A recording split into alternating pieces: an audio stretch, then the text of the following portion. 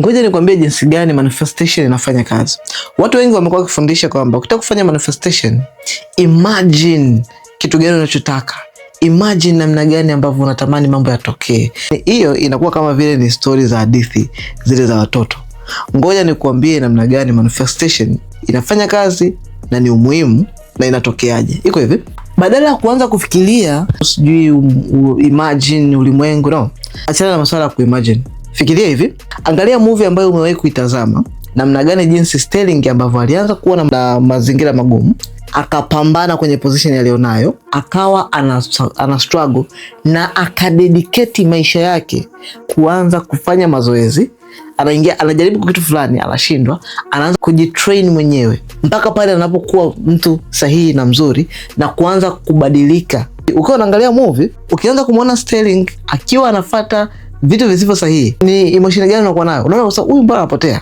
Lakini the minute anaanza kupata change, iwe ni mwalimu wa kumfundisha ama anaenda kujifunza sehemu, anakimbia, anafanya mazoezi, that moment unamuona sasa huyu ana focus na kuelekea kuwa mtu bora, the best vision yake mwenyewe, kuwa mtu sahihi kwa ajili ya kupata matokeo ambayo anatamani kuwa nayo. That's the best way ya kufanya manifestation. Usimafanye manifestation kwa kufumba macho usiku, kukaa peke yako na kusema imagine the world. No. Iko hivi, visualize what you want, then anza kumanifesti kitu unachokitaka kwa kufanya mambo ambayo ni sahihi na kupelekea kupata matokeo.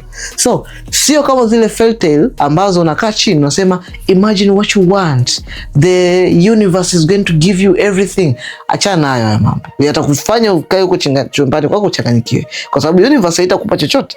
Ila ukivisualize movie yako favorite, namna gani ambayo Sterling wako kwenye movie ambavyo anajua kitu gani anachoenda kukipata, so anaanza kupambana kuelekea kwenye hicho kitu anachokitaka, japokuwa anakuwa hana uhakika wa kupata anachotaka. Iweze kama ni mpenzi, kama ni kushinda mashindano, ataanza kujitrain kwenye kijiji cha pili, anajitrain, anajifunza, anajua kabisa I have to be at the best vision of myself ili nikienda kukomboa penzi langu, ndoa yangu, biashara yangu, kijiji changu, the main nitafika pale nitakuwa the best at it, in a way kwamba nina manifest kitu ninachoenda kukipata kwa kujitrain hard and hard kwenye njia sahihi ya kwenda kukipata. Lakini if you want a good business, you have to learn about business. You have to train yourself. Give it a risk. Be open. Nenda jaribu. Fanya tena. At the end, ndo unapata biashara iliyokuwa successful. Sio by default, wewe tu umeka zako hapo unasema universe naomba biashara. Universe naomba cash flow kwenye biashara yangu. By just doing that universe, kila mtu angekuwa tajiri. Kila mtu angekuwa na hela.